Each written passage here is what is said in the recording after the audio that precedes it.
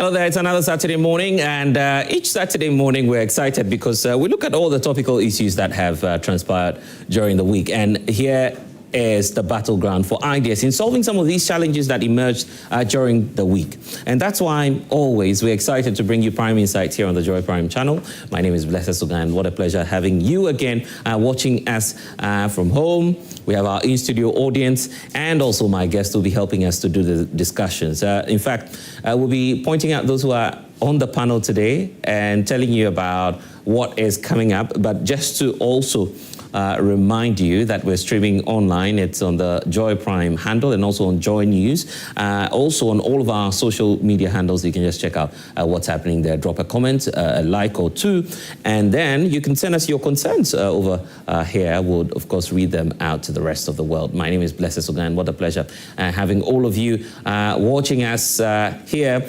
on Joy Prime. What we want to do now is to tell you about what's happening this week. Very sad situation it is, but as hard as it is, we must announce that to you, that we've lost 6 individuals. They did not commit any crime. They were only searching for jobs, and unfortunately, we lost them. And that's because scores of people amassed at the LWAC Sports Stadium earlier this week as part of the recruitment exercise for the Ghana Armed Forces. That's just the start of the process. In fact, the president had to give a directive for the process to be suspended, simply because the overwhelming crowd that was there, the numbers, sheer numbers that you'll be seeing shortly on your screens, will give you a sense of what happened at the LWAC Sports Stadium earlier today, this week.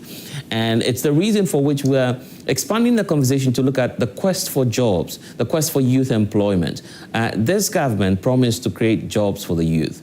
And as we know it, that is one of the ways, of course, government was seeking to create the jobs, but they were overwhelmed by the numbers. Next week, we understand that another opening will happen for another set of security agencies. The sheer numbers are just mind-blowing. And that's why, unfortunately, we had a stampede at the LWAC Sports Stadium where we lost 6 females. And now the government has announced a new plan as to what will happen to the families of these individuals. I'll be telling you all about that and more. Then we'll feed that into the 2026 budget, because since we're speaking about jobs, the finance minister is giving us a sense of how many jobs will be created at the end of the implementation of the 2026 budget. He says he's aiming at some 800,000 jobs, or 80,000 jobs. I'll correct that figure for you shortly. It's 800,000 jobs, we understand, from the figures that we have from the finance minister. So 2026 budget creating 800,000 jobs. At the heart of that is the oil palm production, which the government wants to rely on as part of the job creation process. But how about the public sector and the numbers that we're seeing, even with the recruitment into the security agencies? That's a staggering figure. What will the government do about that? We'll delve into all of that and more. Plus, look at the final announcement towards the forensic audit that was done on the helicopter crash.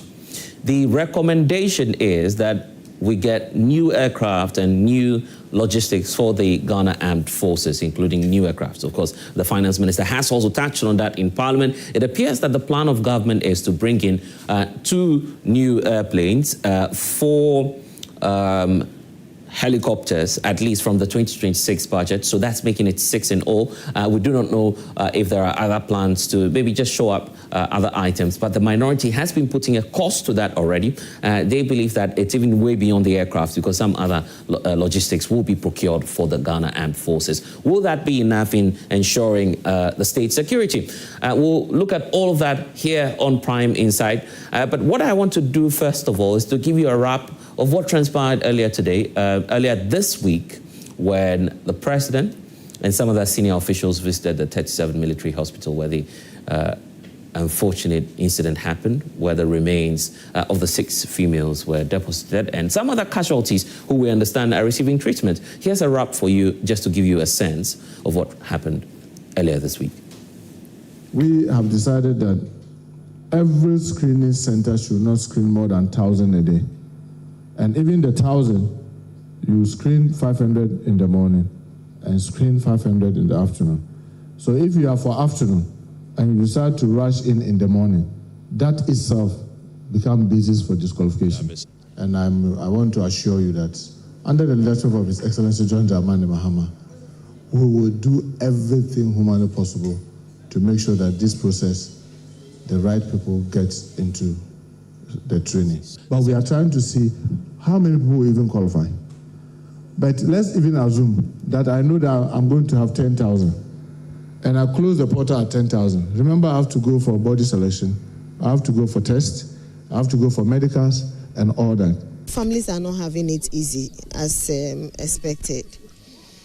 But when I say the government is standing with them to give the disease befitting barrier, it means that everything that needs to be done to put the deceased to rest properly, the government will take care of that. We think that these 6 young female potential recruits had made it. They were qualified to the stage where we were to inspect their documentations and also do body selection in order to assess their fitness level. And for the family to lose them under the circumstances as we have, His Excellency the President has directed that we give the opportunity to the family to replace all these 6 dead persons. Of course, we have to check their fitness level, how they are healthy, how they qualify to be with the Ghana Armed Forces. Not only that, His Excellency the President has also directed that all injured persons involved in this tragic incident be also given the automatic qualification to be recruited for the Ghana Armed Forces. At any point they recover and our health professionals assess their suitability to be with the Ghana Armed Forces, His Excellency the President has given the directive that we give them automatic recruitment to join. So this is what government is doing. We have decided that every screening center should not screen more than 1,000 a day. And even the 1,000, you screen 500 in the morning and screen 500 in the afternoon. So if you are for afternoon and you decide to rush in the morning, that itself becomes basis for disqualification. And I want to assure you that under the leadership of His Excellency John Dramani Mahama, we will do everything humanly possible to make sure that this process, the right people get into the training. But we are trying to see how many people will even qualify. But let's even assume that I know that I'm going to have 10,000 and I close the portal at 10,000. Remember, I have to go for body selection, I have to go for tests, I have to go for medicals and all that. Families are not having it easy as expected. But when I say the government is standing with them to give the disease befitting barrier, it means that everything that needs to be done to put the deceased to rest. And we say that may their soul rest in perfect peace. Not a good time for us. We hope that going forward into next week, the processes will be improved. But what actually transpired earlier this week at the LX Sports Stadium, there are varied accounts, everybody telling their side of the story. But what we've decided to do is to just hear from some of the recruits as well, to find out what their experiences were with the recruitment process and possibly what they feel could be improved as a result of the ongoing exercise, because the numbers we're expecting even for next week will be really high. But as you've heard from the Interior Ministry there'll be new procedures in place. So now it will be moved online as the first phase. Then a certain limited number will be allowed at various satellite centers for the recruitment exercise. But let's find out what actually happened through the eyes of some of the recruits themselves. I have one in studio who would introduce himself and then give us this account of what his experience was. Kindly introduce yourself to us. Your name? I'm Bright Edem Sonuvo, and I'm a Voltarian. Right. Yes. Yes, so... Bright, what was your experience with the exercise earlier this week? It wasn't what I expected. It was too overcrowded. I didn't expect that kind of number. Yeah, I got there very early, around 5 a.m., but I met over thousands of people, and they were still coming. So I was shocked that I met that kind of number, and then it was really crowded. But what was the number like? I mean, when you got to the All Black Sports Stadium, just give us a sense of that. Well, I would say in thousands, might be 2,000, 3,000. Yeah, that's what I see it to be, or more, 3,000 or more. 3,000 or more. That was the number that we're dealing with. 3,000. No, you were asking what the number of people that I saw there. Yeah. But some of your colleagues went there as early as 2 a.m., right? Yeah. Was the number the same throughout? What was it? How was it like? No, that's what I'm saying. I was there myself around 5, and I met over 3,000 people. But as time goes on, people were coming in, and then the number was still increasing. Yes. We're seeing some videos of the numbers. How did the stampede happen? I guess that's what everyone is interested in. Do you recall what happened? Were you, at the entrance, or where do you recall being when all of this happened? Okay. What I can remember is that we were there. People that came very early, around, let's say, 12 a.m. that way, they were very close to the gate. And we that came around 5 had to get a little far from the gate. So they didn't open the gate on time. They said 6:30. They said 6:30, but the gate was opened around 6:50. So I think everyone was desperate to see the gate being opened. So there was shock waves, people pushing from the back, trying to push the gate open, and the people in the front were also struggling to stand the shock waves, and the pressure was very high. Yeah. The forms, the purchase of the forms, how difficult or otherwise was it for you?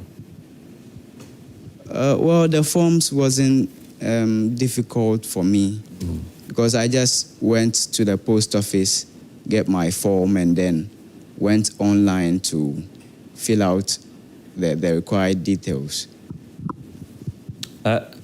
The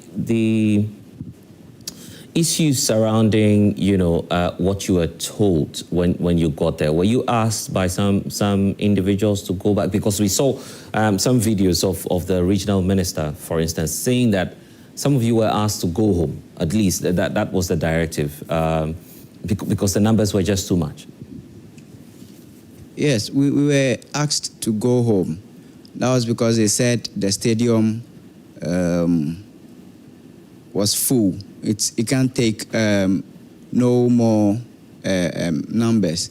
That it was full. So we have to go home, and then the Air Force will come the following day, which is Thursday, and the Navy should come on Friday, and then the rest of the Army should come on Saturday. That was what they told us. Are you still hopeful that you'll be selected, looking at the numbers that we are?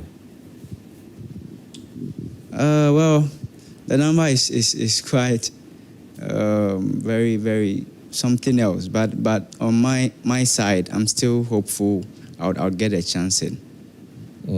If there was an appeal for government, what would you want to let them know about the exercise, and what possibly they should be doing? Because we understand that only 4,000 people will be taken. Yes, I think the number 4,000 is not enough. They should at least increase it to something about 6,000 or 7,000, because to what I saw, it's 4,000. It wouldn't help. Yes. Have you spoken to some other of your colleagues, those who have gone through the process and all of that? What are they telling you about how they are feeling? Once I spoke to were very disappointed. They were very, very disappointed because they didn't expect things to go that way. But, we just still hanging on. They'll be opening the portal for some other security agencies. Do you mind trying the others, the other agencies then? Well, my interest is mainly in the armed forces. As for me personally, my main interest is in the armed forces, and I don't think I'd be going in for the other services. Okay, great. That's great. But is there any other thing you'd want to say as a way of appealing so that the numbers will be increased? Is there any other thing you'd want to add to that? So that because the authorities are listening, probably there's a special appeal you want to make to them. I just want to say they should please give us a chance, because some of us, it's the honor to serve our country. It's not just because of unemployment in the country. Me in person, it's from since I was a kid, I've been dreaming to serve this country. So that's all I would say. They should at least give us, we that deserve it. I'm not saying they should just pick us and then send us there. They should send us, take us through the appropriate procedures. When we qualify, they should give us a chance. We got what it takes to do it. I know what. Are you tempted to take up any other army role elsewhere for any other country, if the opportunity presents itself? Well, my country is my country, and I love my country very much. Someone that leaves his land for someone else to handle might end up saying it's not being handled the way he expects. So I don't think I would leave my country for any other country. Well, and we're happy that you're joining us in studio today. But what I would want to do now is to introduce my guest for the morning. Ernesto Yeboah is leader of the Economic Fighters League. Richard Kumado is a security consultant. Awal Mohammed is a member of the national communications team of the New Patriotic Party. And Tanko Rashid Computer is on Zoom with us. He's the Director of Elections for the National Democratic Congress. Thank you all, gentlemen, for your time. Maybe I should start off with you, Richard, because you understand the space and how all of these security issues happen. But many are asking the question, how come that an intelligence-driven agency like the Ghana Armed Forces would not even anticipate the number of individuals who would have been there at the Yelwak Sports Stadium? I was disappointed, and we are talking of the Ghana Armed Forces, one of the best in the world. And considering the fact that we have similar recruitment exercise taking place all over the country, we never had any negative issue from Ho. So the question is, what did the people at Ho did better than the people in Accra? I think lack of preparedness might have given them up, and they were not ready. They were not anticipating the numbers. But then again, the people apply and they have the numbers.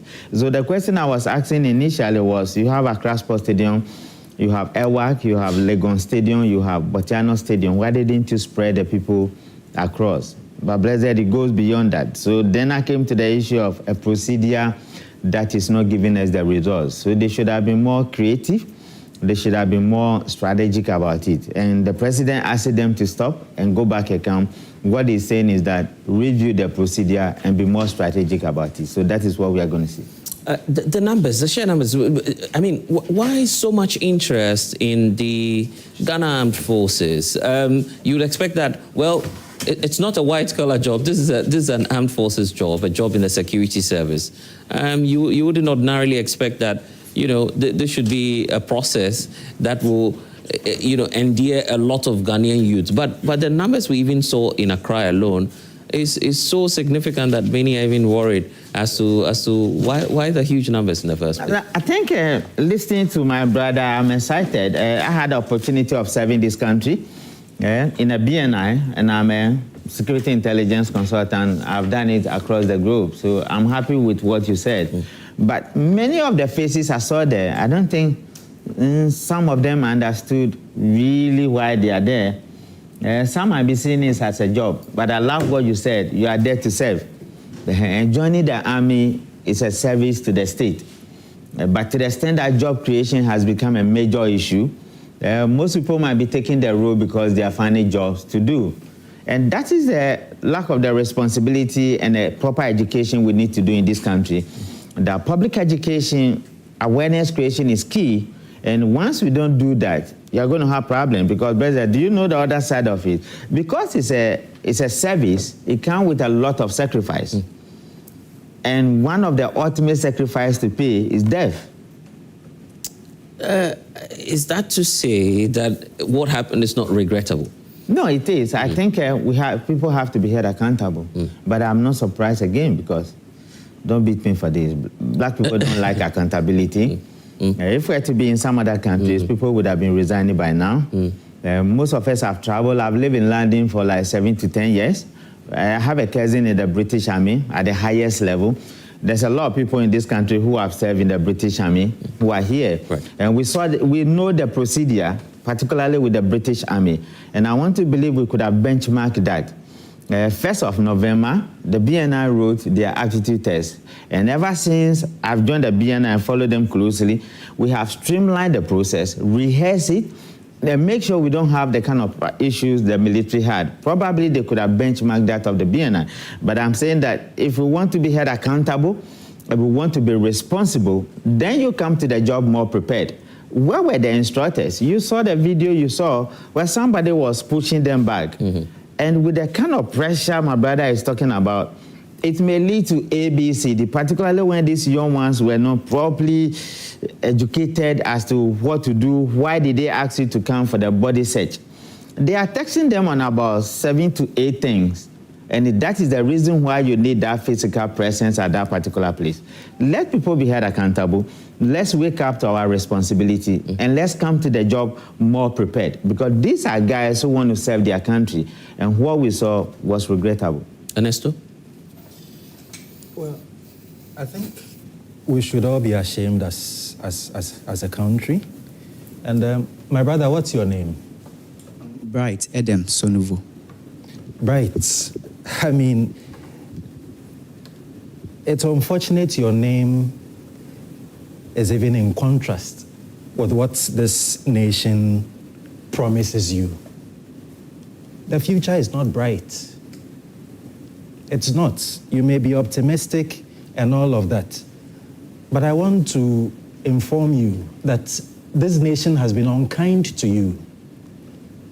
Right from the processes of your education all the way to tertiary. I mean, look at what the universities do. Fleece you, you have to end up paying for, forms, sometimes not knowing which particular public university you want to go to. And so you pay for Legon, you pay for KNUST, you pay for UCC, you pay for other universities. That's a lot of money that could have done something. And then, even in those universities, I mean, ask yourself, I mean, if we are to go back into history, what were the conditions available to students? I mean, this current generation and Akufo-Addo's generation, basically, what conditions did the state give them when they were students? And then we move away from that. After going through the struggle and all of that, you want to serve your country. And listening to you, in fact, I doff my hat out to you for stepping up and saying that, you know what, I love my country, and even if I'm given the opportunity to serve anywhere in the world, I will still choose my country. that beautiful level of patriotism appears to be missing on the leadership of this country. They are not planning with you in mind. They are not thinking about you. But why should when you say that, the political class will take you on to say, well, they should take me on. You make it look as though they don't plan for these people. In fact, the recruitment process. They don't. We have 6 human beings dead. And it would appear that nobody cares. And I blame the media that even up till now, we don't have the names of these 6 people. So is that sensitive to do at this moment? It is. Their names, sorry. The names are out. It is. I mean, when was it out? Because as of yesterday when I was speaking on Joy, it was still not out. I only know one. You see, and what we've seen are the pictures of the victims, but not their names. And the point I am making is that we have to humanize the process. They are not statistics. They are human beings. They are not, how do you call it? We're not uprooted from, spaces like plants. They came from homes in search of jobs that the state had promised them. In fact, the state, even before promising them, has fleeced them. How on earth do you pay for forms in order to be considered for recruitment? How? So, Bright, this country has been unfair to you. But looking at the numbers that you saw, I am informing you that there is power in those numbers. And if you are to respond appropriately, in accordance with the power inherent in those numbers, this nation will change for the better. Is that not insurrection? Inciting the public against the government then? Something has to change to the extent that the state is not holding itself accountable, to the extent that no head has rolled, to the extent that no conscience has shifted in favor of the people to say that, you know what, I was gifted with the privilege of handling this process. Unfortunately, I failed. And because of that, I resigned. If someone is to resign, are you then asking the finance minister to resign? Because he's the acting defense minister. He's just doing that in an acting role. You see, I'm talking about conscience. Whoever feels responsible, whoever knows that things would have been different if they exercise leadership.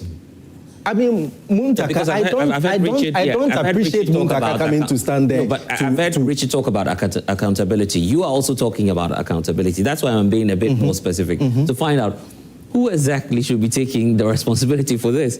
Because if you are talking about a sector minister, he's just in an acting role. That's the setup we have now. And I'm saying that, you see, the point I'm making is a very small point. Right. It borders on conscience. And when one doesn't have it or has very little of it, it becomes a debatable issue. Mention anybody and I can adduce the arguments on why they should not resign. But if there is a little bit of conscience in such persons, they know that they have failed this country gravely. The military institution itself, how accountable has it been? How responsive, how sensitive has it been in this whole thing? We have not seen a statement, for instance, coming from Ghana Armed Forces, apologizing to the state or to the country and saying that we accept responsibility for what has, happened. And these are the steps that we have taken. It's one of your media guys who had to go inside and see that some reshuffling had been made. Reshuffling at a time when heads must roll. So I want to call on the youth of this country, and we represent the marginalized in society. We represent the poor of the poorest, the exploited in this country. And I am telling you that there is, look, about 5 years ago. So are you sure you belong to that? You belong to that category of course, people? Yeah. The Economic Fighters League. That is our base. Yeah. This is what we do. In fact, about 5 years ago. Yeah, because people will not buy the idea that Ernesto says he's part of the marginalized. The marginalized, the poor of the poor. But I am. Politically, where do I belong? Oh, but Ernesto for Ernesto. No. Ernesto. Where is Ernesto Yeboah in all of this? People within the group, a lot of them are. You see, there is that you are well-to-do. I mean, society. well-to-do. Yeah. I mean, there are lawyers amongst I know them. There are lawyers. I mean, talk about them. How do you call it? My colleague Abeku Adams. Yes. How is he even in law school? We had to waive contributions on Facebook to put him in law school. Okay. So what are we talking about here? But my point here is that there's a lot that we can do. 5 years ago or so, we organized a protest dubbed Fight for Jobs. Fight for Jobs. And here, we were looking forward to young people and, citizens who needed jobs and whatnot, because it is a right for every citizen to be employed. Because at the base of your employment is the protection of your human dignity. Look, the media came because everybody was shaking, thinking that people were going to be in the streets. At the end of the day, only about 30 people, were there, including myself. Okay. And so the point for me is that let us renew our minds and hold ourselves together and fight those who are holding our future to hostage. All right. Because without that, it's going to be the normal party. You had the member of parliament, from Pusiga. He said, oh, you are bound to die. And what she said is not out of the norm for the entire leadership stretch of this country at every level, from our mosque institutions to our churches to our schools to Nipa Nyeshi. Don't we say that in the drinking spots, beer bars, in the street? So even the conception of death, we don't value lives. And that's the kind of leadership we have. And if we don't take care, that is where we are going to end up. And that's why we are saying that let us use this opportunity to learn all the lessons.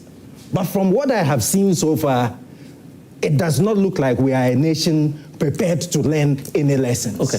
What I'll be doing also in the course of the discussion is to come to you, Richard, on this alternative decision that's been taken by the Defense Ministry. They will now be giving a slot to each of the families.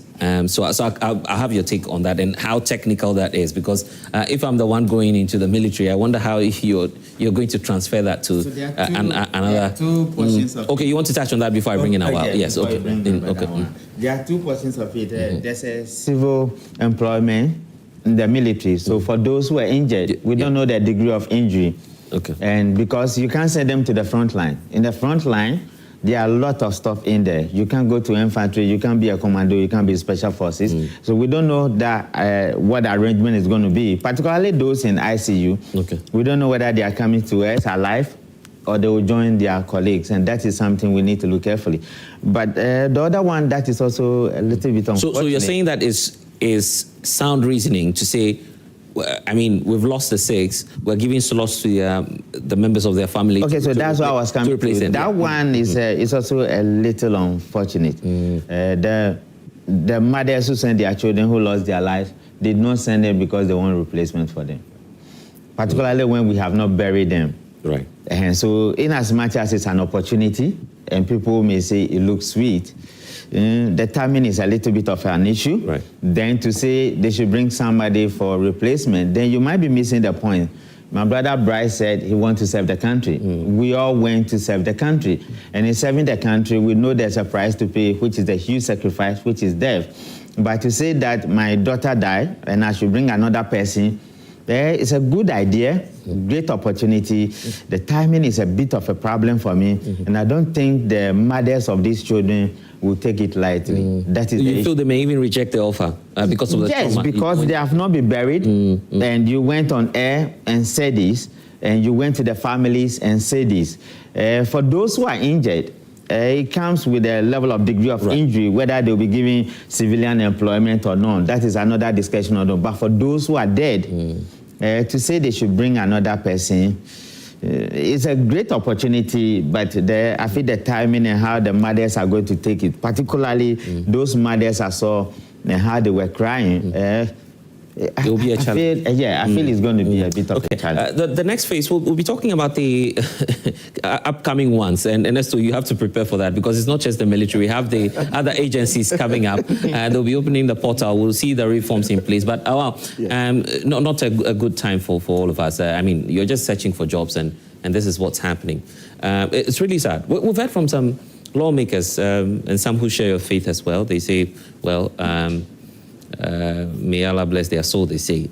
Is that first of all a sound teaching? Because many were not really aware of that, you know. Okay, so thank you so much and good morning to our cherished viewers and the audience in the studio. And thank you so much for the opportunity. I think, yes, what he said is embedded in Islam, that indeed no soul will really exceed the time that the person has come to stay in this world. So, but unfortunately, she said it at a wrong forum in the wrong time, especially people losing their loved ones. Then you come as an MP, especially when they are all ladies. You come as an MP, a female MP, to say that, well, they are destined to die today, and whatever be the case, even if you bring all the ministers and everyone, they will still die today.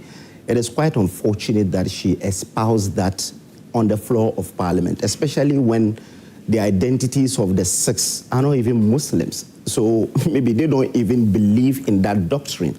We believe that whoever is born in this world has a time limit, and the time limit will not exceed. It's embedded in the Quran. There is a verse in the Quran that says that Inna ajalallahi iza ja'a la yu'akhar. If the time is due, there is nothing that can be done. But unfortunately, at that point in time, you as a legislator getting that opportunity to address the country, if you come with this thing, you will get the necessary bashing that she got. So I was not surprised at all. But if they were Muslims, we will understand that. But we know that there are people who caused it. And even in Islam, manslaughter, even if you go through the court process and you are even charged for manslaughter, you're supposed to pay an equivalent of over 100 camels to the family, even if it is manslaughter.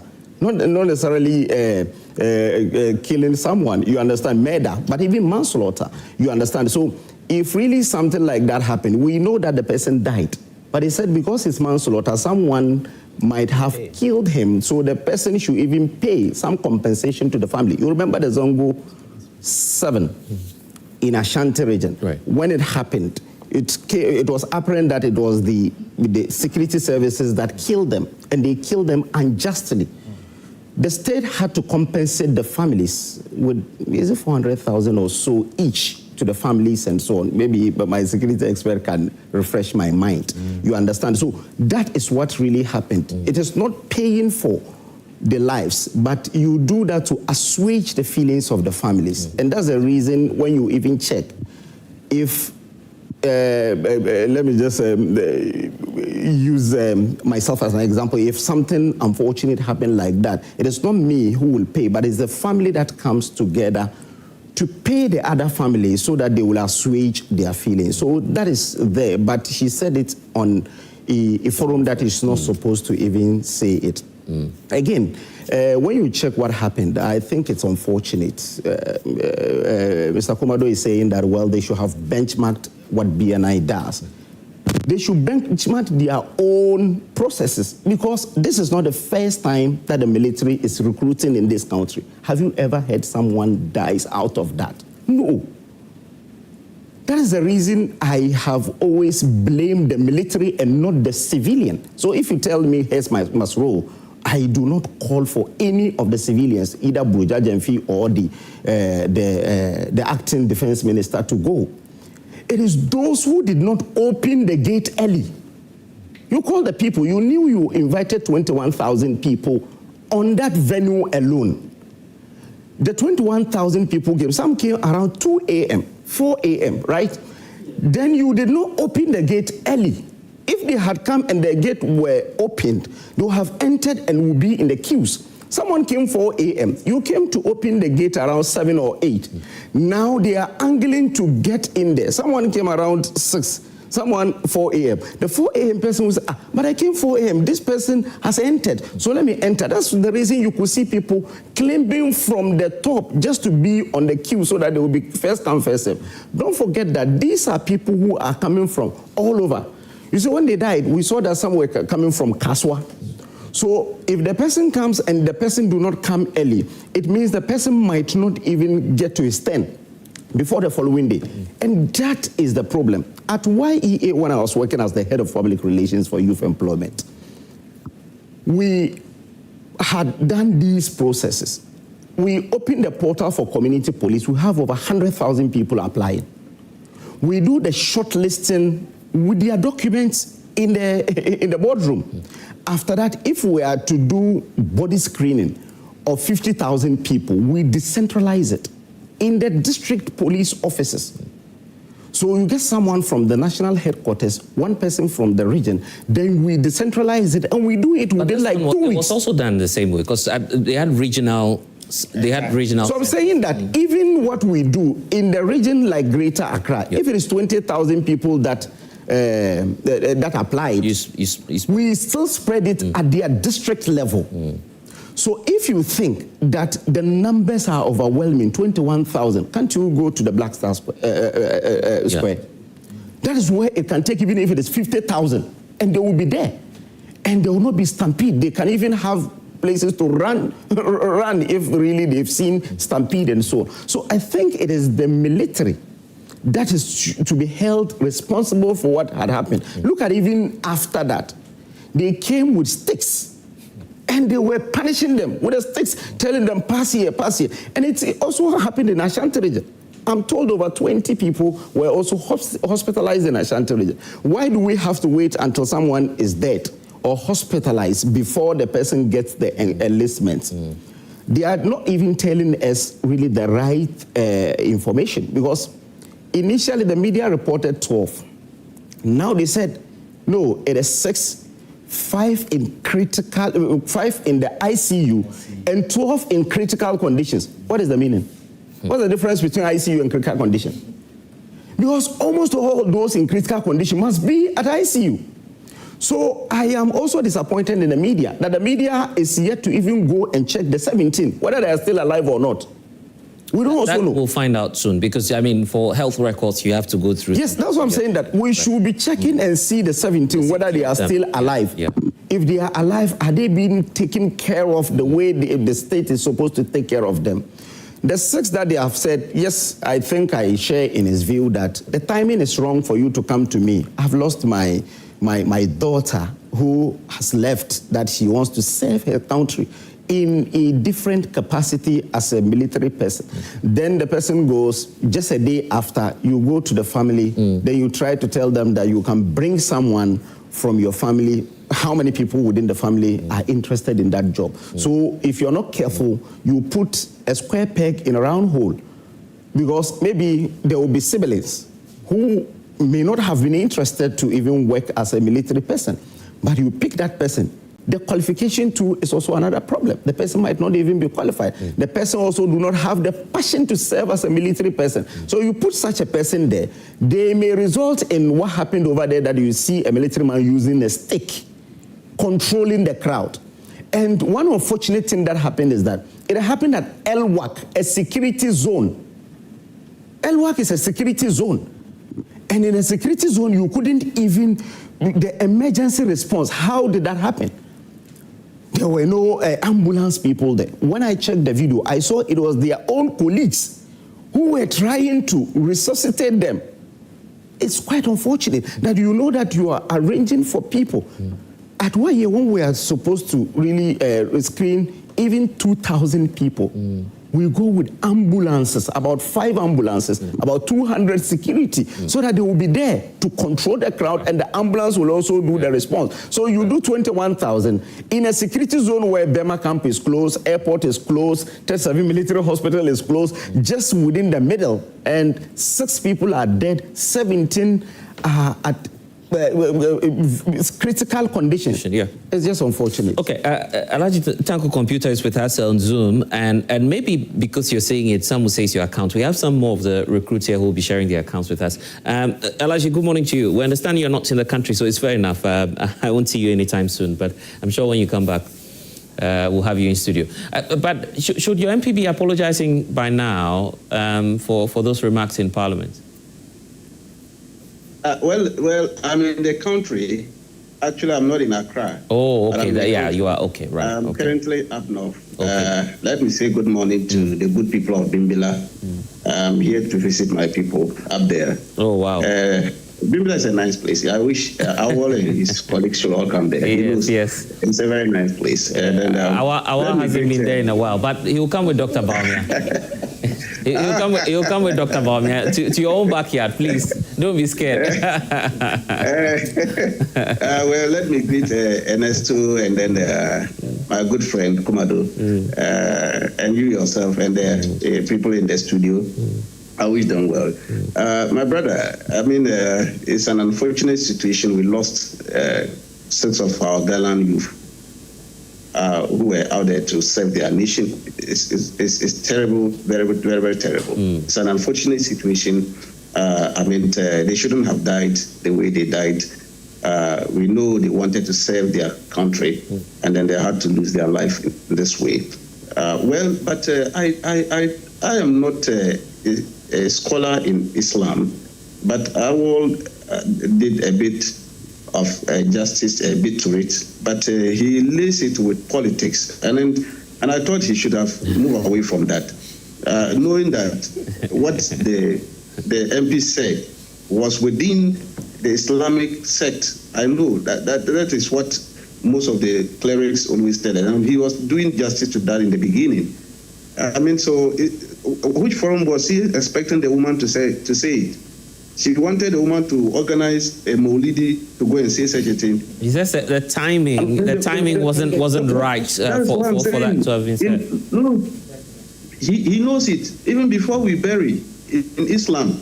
They do what we call a sermon. There's a sermon, and in the sermon, the Muslims, the clerics say it. Yeah, but unfortunately for these individuals, his point is that they don't share the same faith with the MP, so the MP shouldn't have gone there. That is why I'm saying. At the time she was saying it, nobody knew whether they were Muslims or they were non-Muslims. And I'm saying even with this, in Christendom, they also have the same belief system. Are you getting it? They also have the same belief system. It's just that, well, it was taken out of context. People were being emotional about the whole thing. But at the end of it, even at the funeral ground, these are the same story we are going to be saying. I don't want to go to the funeral of this, our gallant young lady who died. We are going to be saying the same thing that the MP said. Well, I agree that maybe it's the timing she's talking of, at that very moment when emotions were high. And, she's a mother. She's a mother and a teacher. She taught for a very long time. So she handles youth for a very long time. And so she was coming from that motherly love and motherly care. And then so we should put her on that, as a cleaner. Okay, but let's face it, my brother, let's face it. You see, Ghana, our problem is we are becoming too hypocrites. And that is why we have all this problem we're having. We must say things as it is. Then we can really set the country proper. Because we are not saying it as it is. And I was expecting my good friend Ernesto to have gone down the line and let Ghanaians know the heinous crimes people perpetrated against the youth in this country for 8 damn good years. For 8 years, did you see this kind of exercise? Did you see this kind of exercise? Where people were brought down to come and do body screening. Did you see that? But it never happened. Alhaji. No, let's face it. But let's face it. I mean, you can see the reaction from the audience. I mean, you know that this is certainly. But we have a very security expert here. For 8 years, listen. Yeah. We're in this country where they recruited people into the security service, especially the military. nobody screening. No portal was open for people to go and apply. Did you see this kind of process that employment nobody screening? Okay, so which one is better to you, to have no body screening and a successful and a peaceful recruitment, or to have people come out and then we have something like this happening? Which one would you prefer? Let me tell you. Did you find out why the MPP lost in all the military barracks? Did you find out? Heavily. Because of the type of recruitment they did to them. They were not happy. They went and brought octogenarians. They vote for it. Are you saying 80 years? Alaji, you have to be a bit sure about what you're telling us. 80-year-olds were employed into the military under the NPP? Oh, my brother. I am saying that. You just told us on TV. You want me to send you pictures? I can forward pictures to you now. Wow. And you see the type of old men they brought into the military. Really? I was there. I was at that time. In fact, as 2020, I was in Sunyani doing exercise on training of party agents. And a friend invited me to come and see the pass out. Sunyani, when the kind of people who they brought in there, and to pass them out, only God knows. Then you ask how do you know the age of the person by just looking at them? 80 into the military. That doesn't seem to be. My brother, I'm saying that doesn't seem to be true, is it? I am saying that old age people were recruited because they were just party people. They burst into it. They were not given. The youth were not given opportunity to come like how they come. And yes, we are having problems with the Don't you think that you're dodging accountability, because there's a lot staring you in the face now as the NDC administration, and the fact that at least someone ought to pay a price for what has happened, and yet we haven't heard about any changes. No one has been fired. No one is taking responsibility for what has happened. I am saying that, listen, my brother, when it happened, quickly, all those who were in charge of the recruitment process were asked to step aside. Quickly. Go and check. Go and check the statement from the Minister of Defense. They were asked to step aside for investigation. Seriously, government didn't mince words in asking that they should step aside so that investigation will commence to find out what really caused this. Because we're expecting that we will have a fruitless process so that the opportunity is given to the youth. Because we want opportunity to be given to people not based on their political color, not based on their religious coloration or ethnic. You come, show yourself, let go through the body screening. Let them check and see you have all your documentation correct. And then you'll be given the opportunity. Unlike others, where they will just pass them from their party offices, brought them straight to training grounds. The only thing you see that people are wearing uniforms. That was what was happening for 8 years. That's why we have this backlog. That is why we have this huge backlog. Because the youth today deserve that kind of opportunity for 8 years under MPP. They never got that kind of opportunity. But if the MPP employed the youth at some point, during the 8-year period, how are you calling this as a backlog? You said they were picking their party people. That is why these youth are struggling.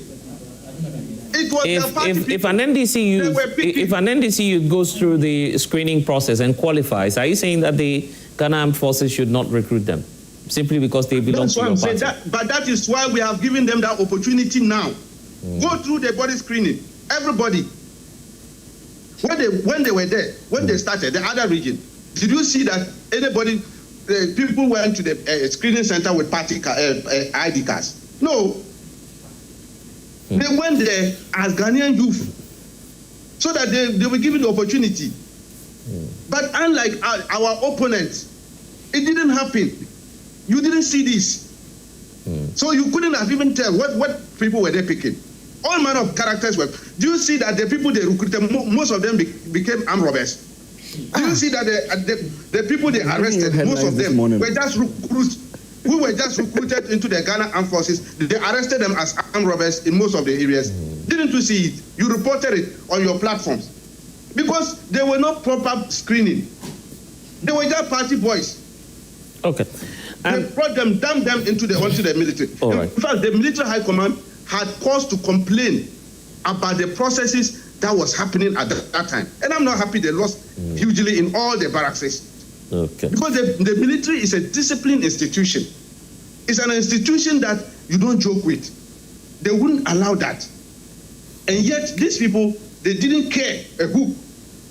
And so they went ahead and tried to bastardize that service. All right. What about the case? So we came in. Yeah. We came in and said we are going to reset. We'll make sure that we'll create an opportunity and enabling environment for Ghanaian youth. Okay. Ernesto, I'm glad that you're talking. We are trying to help them. Yeah, I'm glad that you're raising that issue. That's why I want us to move to because this. Yeah, that's why I want us to move to because this is all about jobs, isn't it? Your government is promising some 800,000 jobs. So let's get into it and feed it into the whole recruitment process. There are some more recruits who went through the process. Probably you want to share your experience with us. So let's pass the microphone to them. Kamal, I'll come to you. Let's just hear a few of the accounts, and then yes, we'll come to you. Yes, you can kindly introduce yourself and let's hear your, share your thoughts with us. Yes, you went through the process, correct? Okay, I'm Benton Prince, and yeah, we can hear you. Yes, I'm Benton Prince, and I went there 2 a.m. And then, what I'm seeing in our country is that our elders, including the MPs, they don't care about the youth. They don't care about the youth. Because situation whereby you ask me to go to school later, you can resume your seat. It's fine. Yes. Later, you employ me.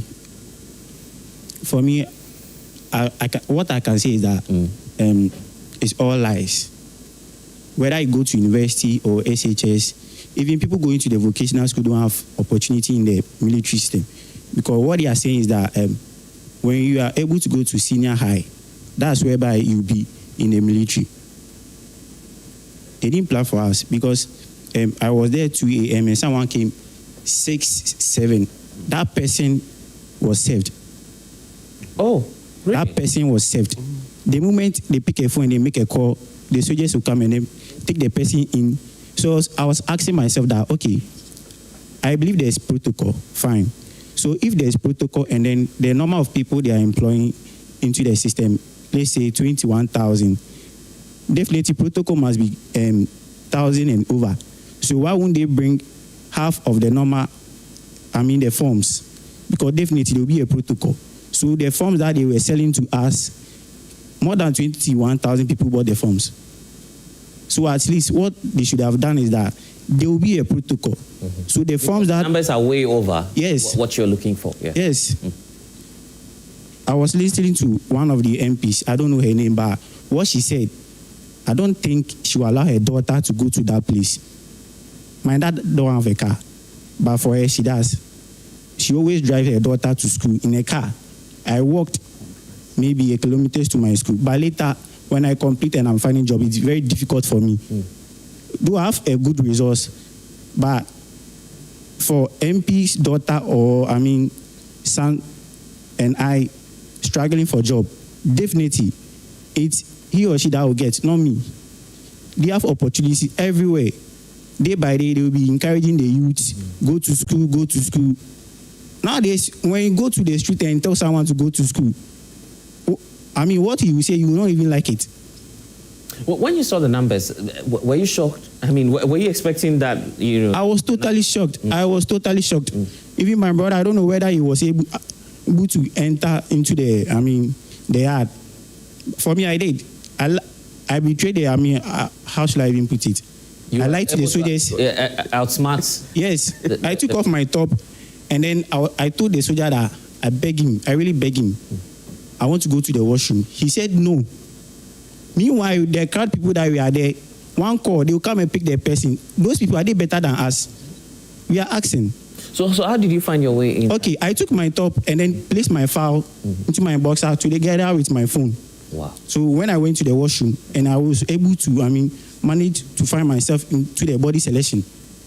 So I left my bag and everything for the soldier. And I told him now, please, I'll come back. So you gave your bag to the soldier? Yeah, so for me, I was able to do the body selection and everything. I did everything. But after that, they were sacking us that we should go home. That's where I lost my file. My original birth set, WASI set, and BE set. I lost it. even when I was doing the body selection and the document, I was barefooted. The treatment the soldiers gave us at the entrance were very, very bad. How can you use sticks on us? Are we an animals? So mics should be used at the entrance. To tell us what to do. There was no mics. They were there just shouting, go back, go back. People at the far, how would they even hear you out? That this is what you are saying. Here's the thing. Talk to us about when the whole stampede happened. What do you think created that challenge at the gate? Okay, I would say they are not time conscious. You said we should be there 6:30. Someone came before Wednesday, and I went there 2 a.m. And you said 6:30. 7, 8, 9. The gate was not open. And then you expect that 21,000 people, over that came, will be saved that very day. It's not possible. It's not possible. So they didn't really try for us. Do you still have hope that you'd be able to get this job? Looking at the numbers, Looking at the numbers, I have a good results, and then they go by the results and then the body selection. Okay. So for me, I think if they didn't do anything illegal, I think I can find myself in it. But we plead them that they said our place has been suspended for further notice, and then we are asking them that we really beg them. What my dad said was those that lost their daughters and they should, help their family. At least any member from that family, if he or she finds herself into the military, the ones that they lost, I think it will be okay for them. What's that idea that we should just give? Yes, we should give them their family a chance because it's not easy.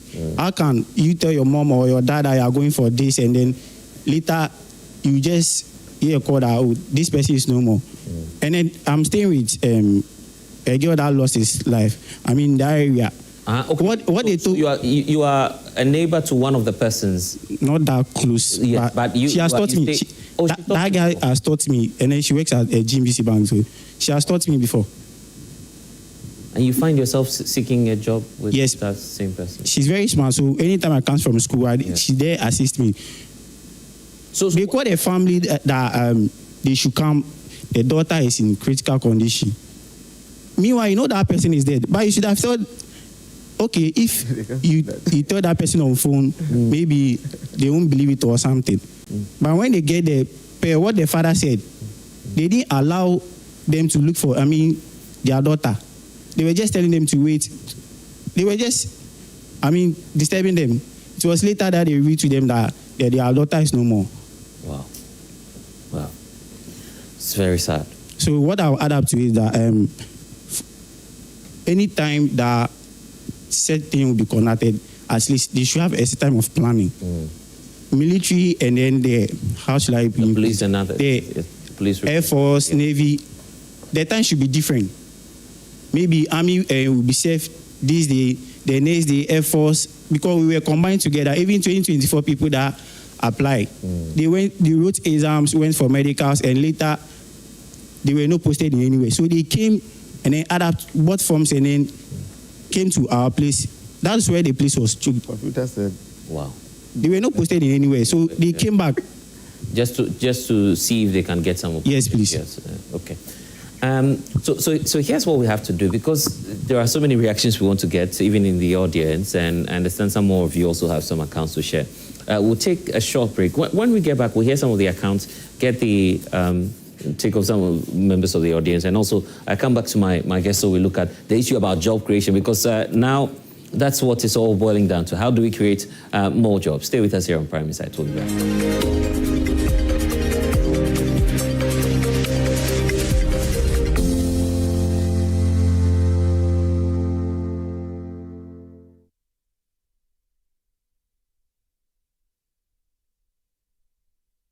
Say please and thank you. These simple phrases can go a long way in showing respect and appreciation. For example, remember to say please when making a request, and thank you when someone does something for you.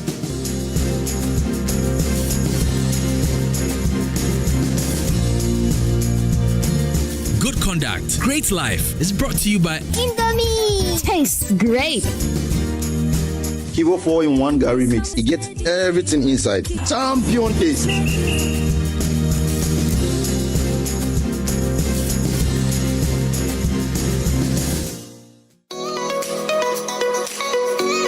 Dreaming of your own home? Thinking of upgrading your space? Then it's time to stop dreaming and start building with the Republic Bank Love FM Habitat Fair 2025. From Thursday, 27th November 2025 to Sunday, 30th November, all roads lead to the Kumasi City Mall for the biggest housing event in the Ashanti region. Come face to face with the biggest names in real estate, banks with flexible mortgage deals, interior designers, home accessory brands, and the very best in building technology. Plus, don't miss our Habitat Mini Clinic where experts break it all down from the first block to the finishing touches. The Republic Bank Love FM Habitat Fair 2025. Financing your dream home. Inclusive, sustainable, and affordable living for all. Make a date and don't be late.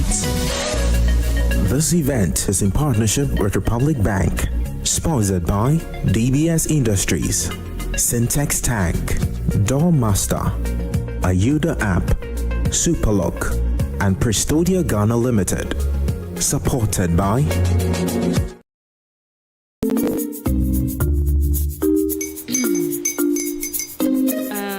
Kwame and his uncle are almost here. Wait a minute. This one too, your friend Kwame. Wait, Kwame. As in the same Kwame again? Yes, mommy. I'm the second coming. Into all this tension just to reintroduce that broke boy from Kaswa. Why would you deceive the family like this again? Now I understand the whole delay. Troll from Kaswa dear. Why wouldn't he be late? Or being late, of course.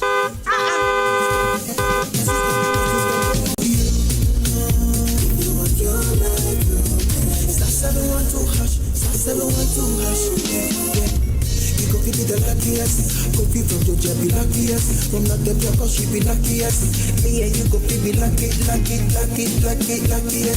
No matter why you're lucky, everybody go be the luckiest.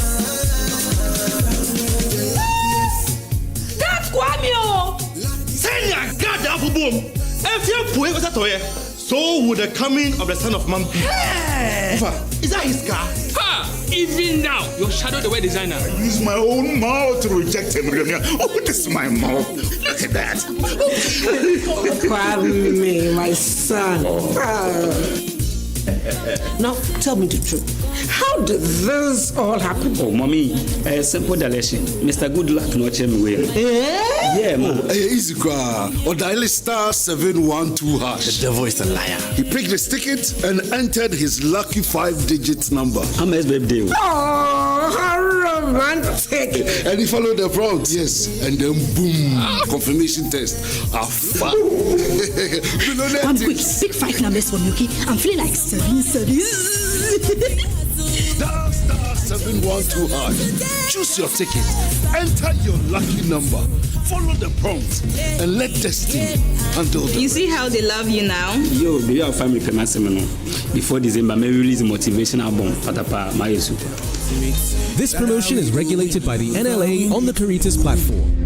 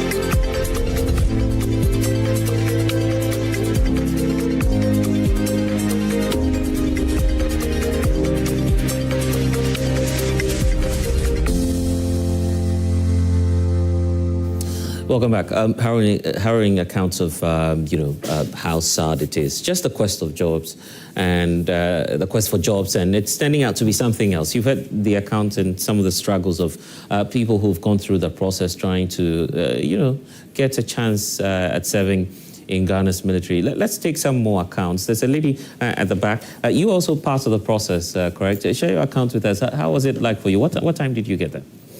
My name is Afi. Actually, I got there around 5 a.m. 5 a.m. That's how early you got there. Yes, right? 5 a.m. And by the time I got there, the number of people I saw there, I was discouraged. Because I didn't understand how they wanted to The moment treat. you saw them, you were discouraged? Yes, because I knew there is no way they could attend to that number of people. Were you there when the stampede happened, or you had gone back home at that time? No, I actually managed to make it inside. We saw some people climbing the walls. Were you part of those who were climbing? Because a lot of people just wanted to find a way to get in. How did you get in? I actually wasn't part of the people that climbed the wall, but I was in the crowd. And it wasn't easy. The crowd can suffocate you to death. Wow. That's how many people. Was it because there was no one to ask you people to queue, or to say? What was the situation like at the gate when you get there? Before you enter, would you find people just separating you, asking you to file a line, or a queue or something? How was it like? No one was there to talk to you? No, the organization was poor. It was so poor that even the applicants were being indisciplined because of the poorness of the organization. Wow. Everybody is just struggling to get inside. We are struggling. There was a point I was suffocating. I cannot even breathe. I almost couldn't make it, if not for one guy that even managed to save me. I almost didn't make it out. Together as recruits, what did you do when you realized that there was too much chaos there? Because we saw, a lot of social media videos, people saying stuff. Did you all come together to say, okay, let's try and put ourselves in order, or the numbers were just too much for anything? The number was too much. Nobody was listening to anything. And once you are in the crowd, it's like there is no going back. You cannot even go back and be like, no, I can't breathe, so let me go back. There is no going back, no going forward. Wow. Around what time did this stampede happen? Do you recall? I think around 5 to 6 thereabout. In the morning? Yes, please. So even as at 6, we didn't have the military reps present? I think the reps were very few. You can count the number of reps there. They were very, very few. So they were overpowered by the numbers, or what happened? I would say yes. Because the organization was poor. I would keep saying that. If you go past the gate, would you say that the situation is far different when you go into it's still the same. Even within the stadium? Yes. By the time I made it inside the stadium, I thought, it's empty, but the stadium was already full by then. It was full. The park was full. Outside was full. So I feel like those outside didn't even know that inside was full. Okay, so they were thinking, those outside were simply thinking that if I make it inside, yes, the numbers will be down. Exactly. Yet, by the time you're getting in, it's already full. But how did that happen? Because you're all supposed to use the same gates. Is it that some people slept there, or, how did that happen? That I can't really tell. Let's talk about some people getting help to get into the stadium. Do you feel that maybe that might have caused it, that some people had their own way around the stadium? Yes. I was there when patrol cars were picking some of the people inside. Military patrol cars? Not military patrol cars. Okay, but some other cars, yes, were taking people in groups? In groups. Wow. So it wasn't a fair thing. People are sitting on the floor. Why do they ask you to sit on the floor? Is it normal? Is it something that... I don't know. Maybe I basically thought maybe it's one of their process. So we're just a way of initiating you. Exactly. So we're just going with the flow. Wow. The situation there, I mean, looking at what happened, when the suspension was announced, were you allowed to complete the process in terms of the screening that some of you were doing? Because your colleague here was fortunate to have gone through the process. How was the suspension done? Because if it was truncated, then it means that you would have to file another queue again just to get another opportunity. Did you take numbers? What happened? It's all gone? It's all gone. Like, so you have to start again? You have to start again. And it's only some few people that were fortunate to complete the screening. Very few people. So your fear now is, and let me just ask you, would you go back, looking at what happened the other time? If the organization is going to be the same, I'm not sure I will be able to go back. Because it's too much for us. Wow. So immediately you complete the process, you'll be communicated to what the next step will be for you, or is that it? Yes. But you were not fortunate at getting that? No. Okay. If there's an appeal you want to make to government on this, what would you want the Ghana Armed Forces and the authorities to know? Because, what would you want them to know? Yeah. Actually, I want to plead on the behalf of the applicants that they should give us another chance, because the indiscipline was not solely our fault. It was 50-50. The indiscipline was based on the organization, the poor organization. That's why we were also being indisciplined. If the organization was good, I don't think anyone would have lost their lives trying to just secure a job for themselves. Very sad. Kamal, you want to say a few words? Blessed. Listening to Rashid Computer, I feel he needs to wake up and realize that they are in government. Because some of the things he said about the military is very, very indicting. That a government appointee will come on TV and impugn the integrity of the military, that they were recruiting 80-year-old and the like. No, it's fine. So they are in power. If he has evidence in that regard, he should just let them dismiss them, because that is very, very telling. That, in fact, the kind of things he said, I don't want to take a swipe at him. Other than that, I would have said, I now understand why he thought his university attended was awarding PhD. Because you don't talk like that as a government appointee. We now pay him with our taxes. So when he's talking, he should be mindful of the things he says. Blessed, we are in a country where we complain that some foreign missions do not treat our people well. That they let them stand outside, whether in the rain or in the sunshine. And when we had the opportunity, or when we get the opportunity, shall I say that? Yeah, go ahead. When we get the opportunity to treat our own kind differently, we rather do worse than the foreign missions treat us. Blessed, how can you say 21,000 people should assemble at a place for body screening? If you are using 1 minute on each person, that's 21,000 minutes, which is more than 24 hours. So it is something unthinkable for one to even imagine that you tell people to come 21,000, because you have their database. You sent the messages to them. So the army cannot pretend not to know the number they were envisaging or they were expecting on that day. That I totally disagree. Then again, these are our youth who've died. And if you look at the happenings in the country, we've not eulogized them in any way. In any country, I don't think the Neze would have read the budget. Even the reading of the budget has taken the whole thing away. When the 8 people died, our politicians and other people died. Look at the country. For 1 week, flags were flown half-marks. What have we done to the memories of this youth? A youth who has decided to go and seek for work in the army. The fact that they even went, look, just as the security expert said, no, once the British Army takes in charge of anything of yours and you happen to get injured within their area, they take responsibility. So I believe the Army should now come in and take the responsibility of this death. The last thing I would like to say, Blessed, is that I'm telling you this on authority that even the figure 6 is massage. That is not the accurate figure.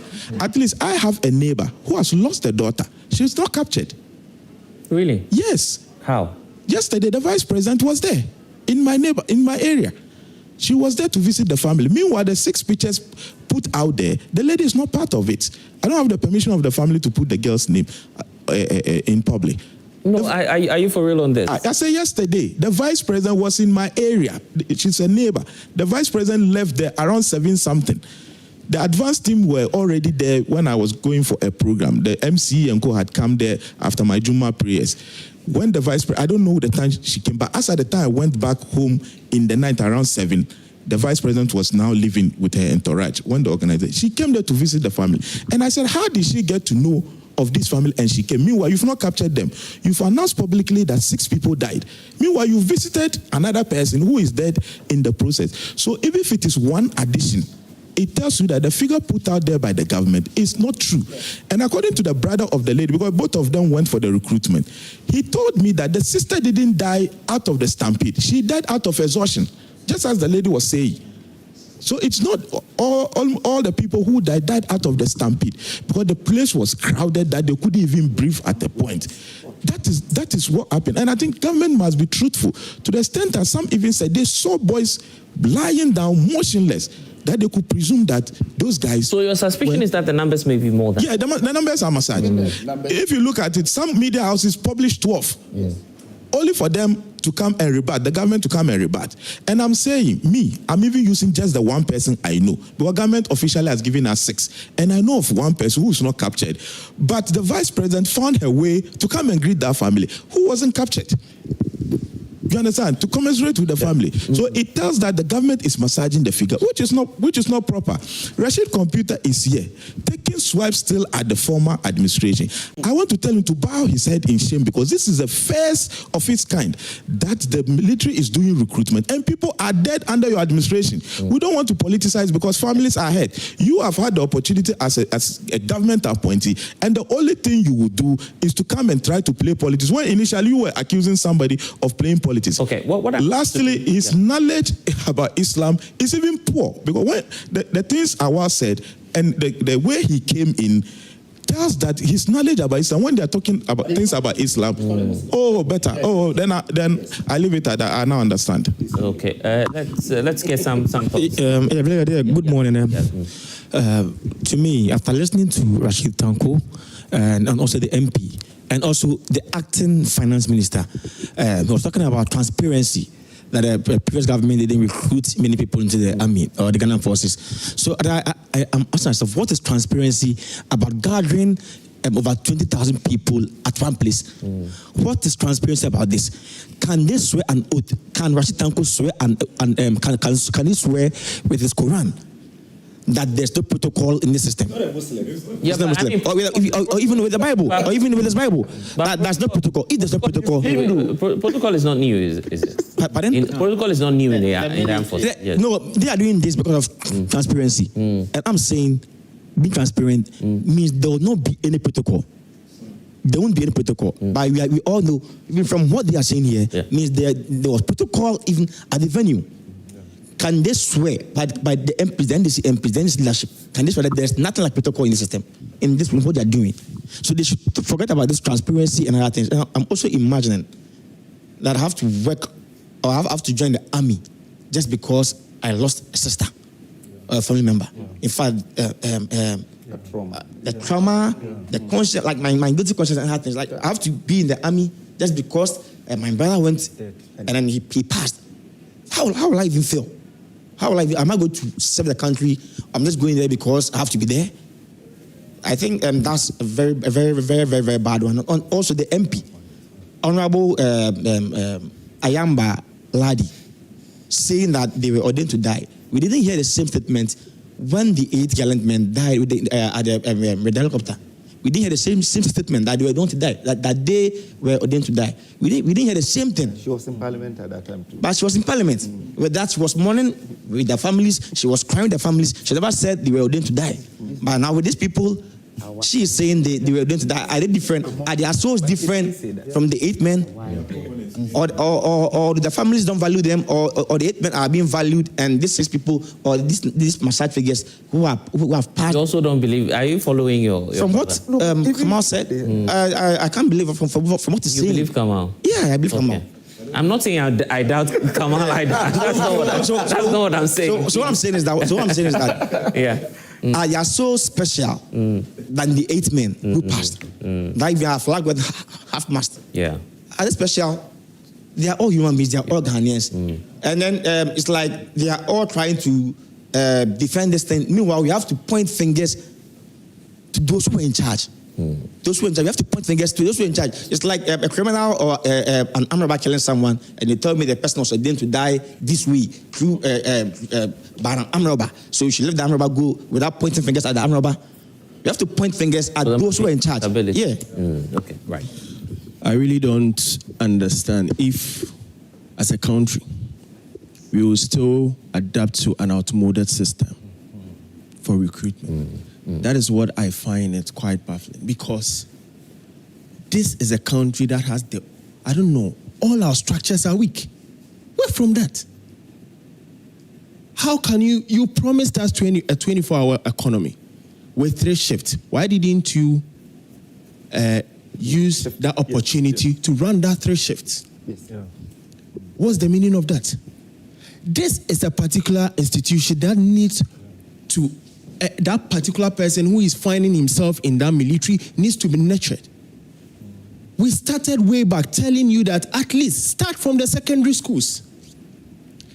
Get the cadet. Whoever wants to be a part of the security services must join the cadet.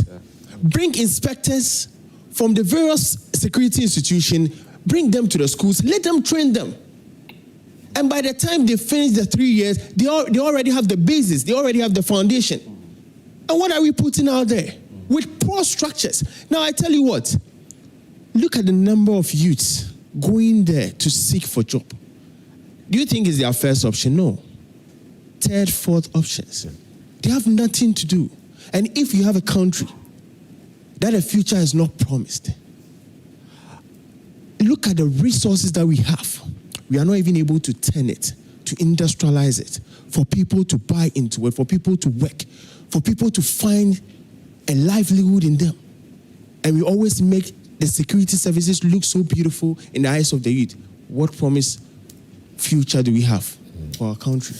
It's sad. Well, it's sad indeed. And that will move us next into the next phase of our conversation, which has got to do with the promise government is giving. The finance minister has assured that 800,000 jobs at least will be created. Richard, that will solve this national security threat we have a little with this whole youth bulge. Yeah. So if you look at unemployment as a major risk issue, and you are able to provide job in whichever number or quantity, then you are reducing the numbers. But because the fear is, and you just heard Ernesto saying that the numbers, that's a lot of power. In fact, someone looking at what's happening in our sub-region, you don't want to have people seeing visuals of scores of our youth desperate to join the definitely. They could be misled, and that could create a major public safety challenge for us. I think one of the difficulties we are having is to restructure our narrative and our national conversations properly. Where would the jobs be coming from? Who are those creating the jobs, and what are the types of jobs? If you leave it to the NDC NPP, you know how the narration is going to be. But then we can disagree and agree, these are the jobs we want to create. This is where it's coming from. But one of the things my brother said is that we make the security agencies more presentable. So everybody wants to go there. And when I hear them speak, they said, we are looking for job. No, when you put yourself out there for it, we are talking of the army. You are not looking for job. You are there to serve. It comes with sacrifice. In my days when I joined the BNI, we were about 4,000 that started. At the end of 3.5 years of background checks, they pick only 4 of us.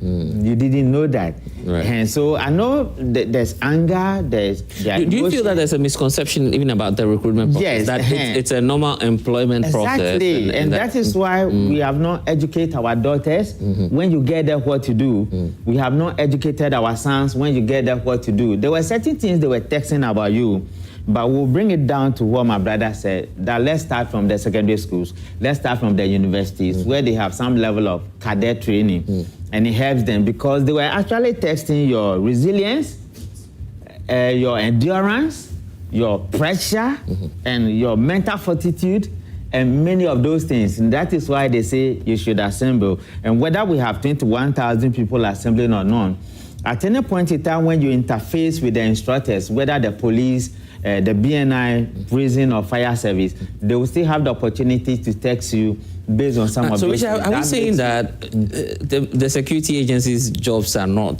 necessarily, we shouldn't be seeing them through that from a security point of view? No. We shouldn't be seeing them just as any kind of employment? No, because you see, when you take the army, it's a unique place all across the group. What they used to do is that when they are taking people, they may take people of 20 years age, and they know that within this year, about 10,000 people are leaving. So they will need 10,000 people to join. So we have to take it from NDC NPP. You see, we have to take the security recruitment from them, but from the lackadaisical attitude, my brothers in the military, they know I love them, and this is the military. We all love them and cherish them. From what they have done, it's going back into the hands of the politician. How about what's going to happen next week? For the IGP, that's my uncle. He has done this job for many years.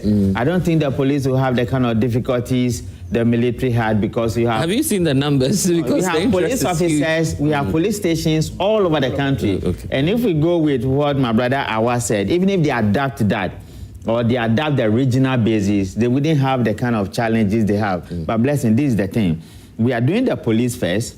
We'll come and do immigration. We'll come and do fire. You are asking them, will you want to join? And some are saying no. But this is, the sample here is not huge as goes there. So if the person doesn't get the military, you see the same number coming to the police, the same number coming to prison. And I'm saying that we can be strategic about it, we can be creative about it, so that you do not just say, I'm joining the security agencies. Something has to be driving you from home or from what you want to become in the future. And those personality development traces are things we don't take care of it in our country. So it looks like, I've known people who said, I want to join immigration. They got there 1.5 years, they want to leave. Okay. Because they say salary is too small. Some people join police and they said they want to leave because they complain of certain things. It means that you have not been oriented properly. You do not have personality development, structure, career being model for you. And I'm saying that, yeah, young people want to serve, but let's be a bit more creative about it. Let's educate them. Let's create awareness, and they'll be fine. What you saw there, if you bring in politicians, there would have been problem. This is purely military, who have done this job over and over again, and we need to hold them accountable. But if you change the discussion and you bring in my brother Awa and Alaji Tanko, we will not get it. But my heart goes out for you guys, and I think they will help us. The two of them will help you young people. We'll also be so which means that the politicians have to create other jobs. Well, that's what the finance minister is promising this week.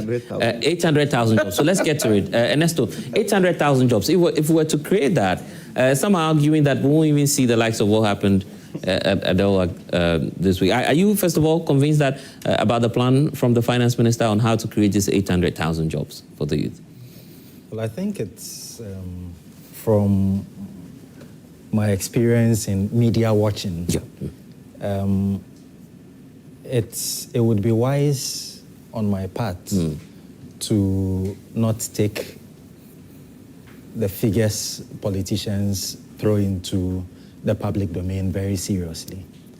But that is not to say that I do not think that the Mahama administration is serious about beating their own record, during his first term. At least I can say something about the CD-dollar ratio. I can say something about the inflation, to single digits. I can say something about the fact that when it's coming to the end of the month, I no longer hear anxiety from public service workers as to whether their salary will come. A few months ago, we were there. And so I can take that because at least it is something I see. I can also see that in all of this, it's not trickling down on prices of goods and services. spare parts and all of that, why is a single-digit inflation not being seen and felt at Abosokai?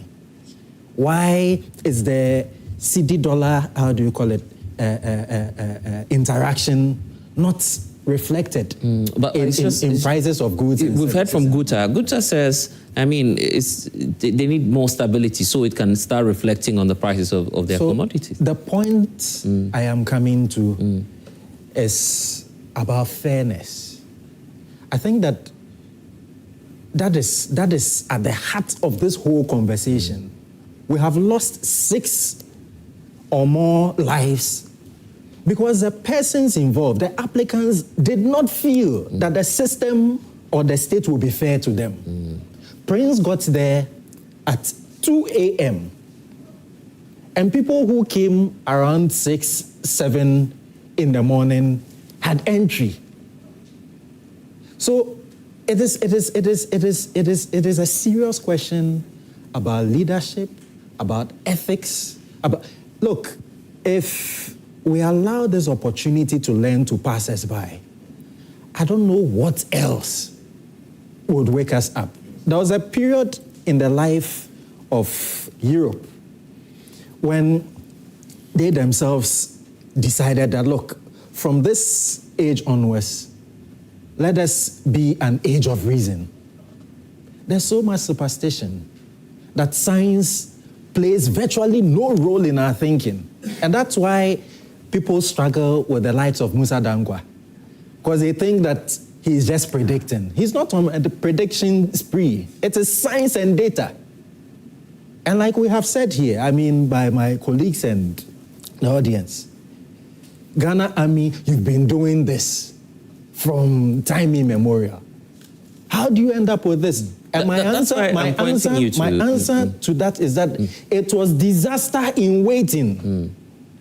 It was disaster in waiting. That's why I'm pointing you to what the assurance from the Minister for Finance is, that the target is to create 800,000 jobs. At least if they are able to do that with this budget, that will significantly cut the pressure. I don't want to rely on that. I want to be truthful in the tangibles. Yeah. And so if at the end of the day we see that, okay, unemployment has reduced, and we can point to persons, look, when I completed university, I was basically at home for about 8 years. And a significant number of, people have gone through that. Some people even more. And so let us look ourselves in the face and tell ourselves the truth. And I'm happy with Prince, your outburst, because if we do not face it and we have to almost all the time embellish it, and Kafu was saying, the MP was in Parliament when the helicopter crash happened. Why didn't she come out to say that it was bound to happen? No matter what would have, it was bound to. Why? There's a class question here.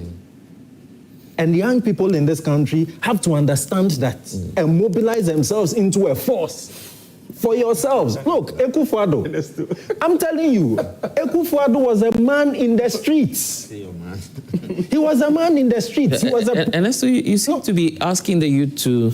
There has to be a waking up, because I am not convinced. We've been doing this for the last... I am not convinced that the state is ready to turn a new leaf. It is until young people and the people of this country, marginalized people of this country, realize that we belong to the same class. And that even when it comes to that, there is discrimination. Okay, tell me about what you plan to do as the Economic Fighters League. Are you going to... now, you said you raised a campaign earlier about the fight for jobs. That wasn't too successful because the youth were not joining. What do you plan to do now, knowing what has happened? We want the state to immediately refund to the youth of Ghana their 200 cedis. Immediately. You want the money refunded? It has to be refunded. Richard was talking about the fact that during his time, I mean, there was a recruitment process it went through, there was a significant number of people, and then at the end of the day, they slashed the number and only a few people. Did you pay for forms?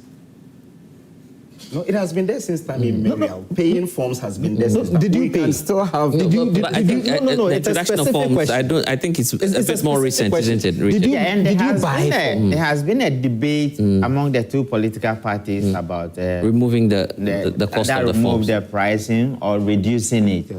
It has always been. So which means that the introduction is relatively new of this being new or not. If we are talking about reforms, we are looking at the procedural in benchmarking best practices. And then we will need to look at it because from what the years past, we're not paying for it. What the Minister of Interior said, going through the digital procedure in registering and the system align you to a particular center, then we can make the argument is that why should people have to pay? Then so Richard, we shouldn't be paying for the forms. No, then we can also be looking at for whether should you pay for your medicals or the state to pay. But how are the forms? He's talking about the forms.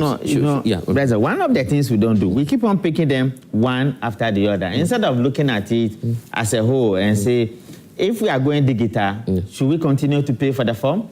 Then we can also start it from now to say that, should we be paying for our medicals to serve in the security or the government should pay? Ernesto, let me allow Ernesto to land, and I'll come to you a while. So he's saying that what should we consider now? Removing the fees for the form or the refund, first of all? So first of all, refund. Second, abolish it. For the forms? The forms, the sale of the forms. Abolish it. Because we are citizens, we pay taxes, the state has a fiduciary responsibility to us. In fact, anybody who opts to want to be part of the security service, I mean, I can see... And other public employment... And other public... Yeah, you have to pick up a form. Exactly. Yeah. And I can see an argument can be made for why it cannot even be seen as a job, but then sacrificed. But every job is sacrificial if you look at it.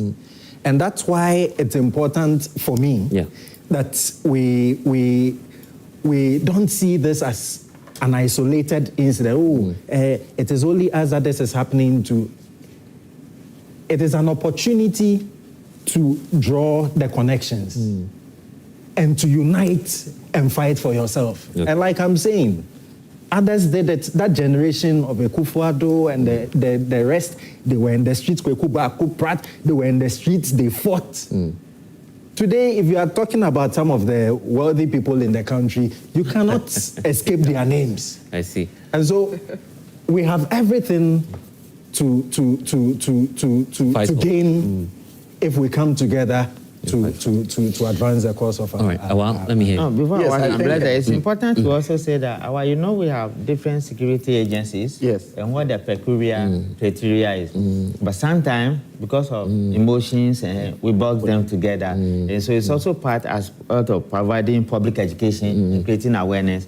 We say many of those things so that those who want to join, maybe from 15th for Monday, they will know that when you are joining the fire service, there's a peculiar reason you want to join fire, and because of the requirements and many of those ones. Okay. Well, I want you to focus on the budget. Look at it from the perspective of the budget. 800,000 jobs. So before I get to the budget, I still share in the views of those who said that don't sell the forms at all for people to really access any employment in this country. At YEA, in the last 8 years, we did over 300,000 job placements. We didn't sell a single form. People didn't pay for any of the services. It was free, and this is a state agency. So why can't we do it with the security agencies and the others? So that can also be done. But when you check what the figures, the 800,000 that he brought, I look at it and I laughed because, you see, majority of the jobs that he's talking about are laborers. Yes. Because you see, yes, you see, he gave the breakdown. You interviewed the deputy minister yesterday on radio, yes. On radio. You were in the studios where he said 490,000 will come from construction of the roads. And he said 63 billion. And you talked about the oil palm situation. Yes, oil palm. But if you look at the oil palm, laborers. for instance, he says someone can be on that project for as long as 6 years. So I'm saying that these are laborers and not sustainable jobs. What's your definition of a laborer? Because, I mean, we all labor one way or the other. So you see, when you say you are employing 490,000 people on road construction, how many of them are engineers? How many of them are supervisors, and how many of them will use their own strength to work on the field? Oh, no. Come again on this one. I want to understand you. Are you saying that if an opportunity is created, the mere fact that you are at the lower end of the opportunity, it's not a job, it's not a meaningful job? These are not sustainable jobs. It is only the oil palm that he told you that it will be someone it will can be take on as for long as 6 years. Yes. But the roads, he said 3 years. He said maximum 3 years, everyone will be off. Where will they be again?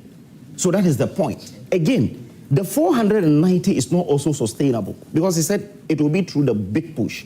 Now, when you check the big push, last year, that is this year, 2025, they budgeted 13 billion.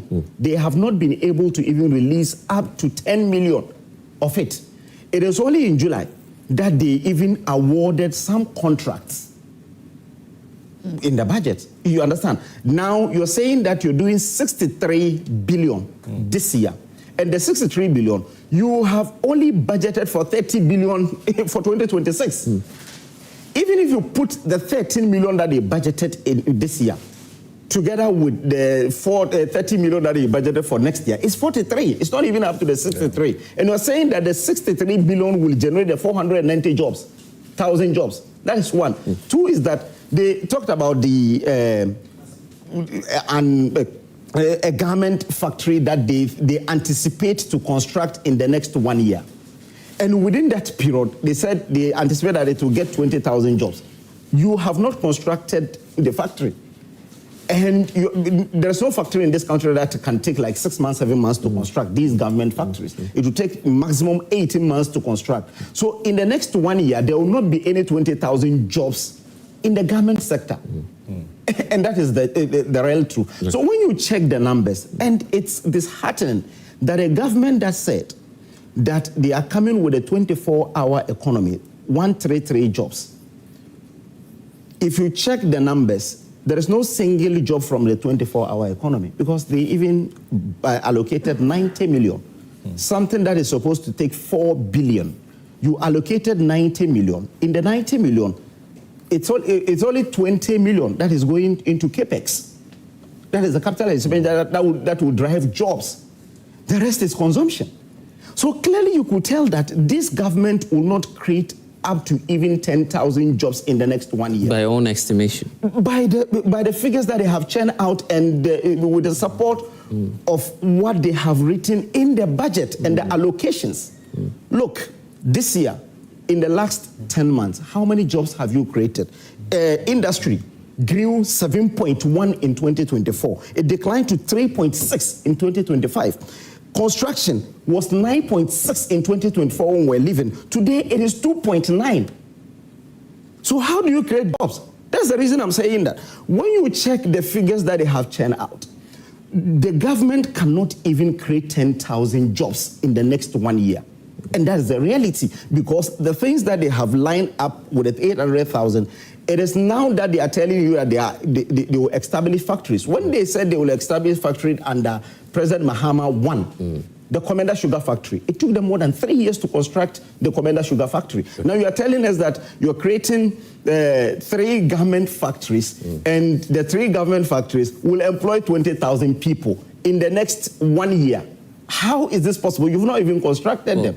So that's what I'm saying, that when you check the budget and the 800,000 jobs that he's talking about, it is the usual NDC propaganda of churning out figures to say that they have created jobs. You remember the NDC one, when Okujeto Ablakwa said they had created 1.4 million jobs, and the employment minister said, well, the media can ask him where the jobs were because he didn't know where they have created that job. That is the same thing that Dr. Fossen came to tell us, that he's creating 800,000 jobs. Fortunately, you, the media, were able to scrutinize him on Joy FM yesterday. When you asked him the questions, he told you that they are only going to create laborers who are not even sustainable. These are not sustainable terminology, jobs. because They are not sustainable jobs. It is only 2 years, 1 year, the person will be on the field and that's it. Let's do this. Tango Computer is with us. Let's get your take on the jobs briefly, because we are running out of time.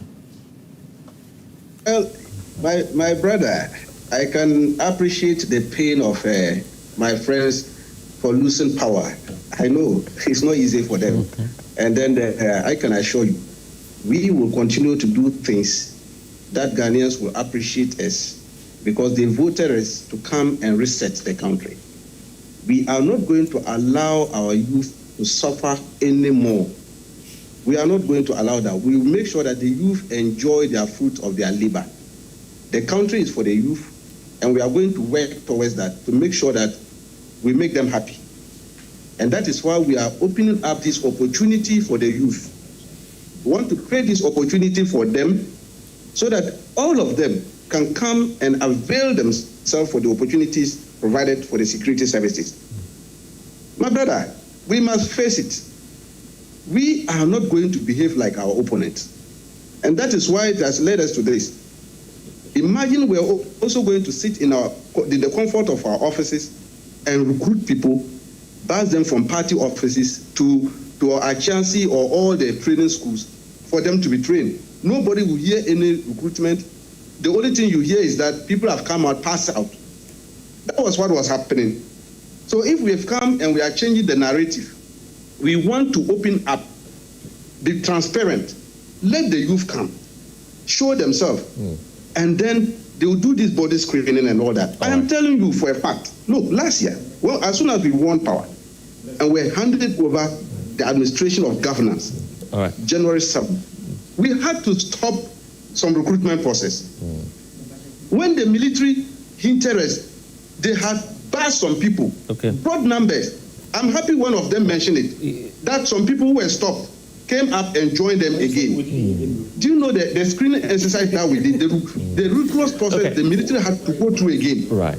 And when they went through, the budget, if I give you the report, hello. Yeah. I just wanted you to land because of time, unfortunately. I'm telling you that the reason why we are having these challenges, and I'm saying that when the military now accepted their authority, and they were given the free hand to do proper screening of those people.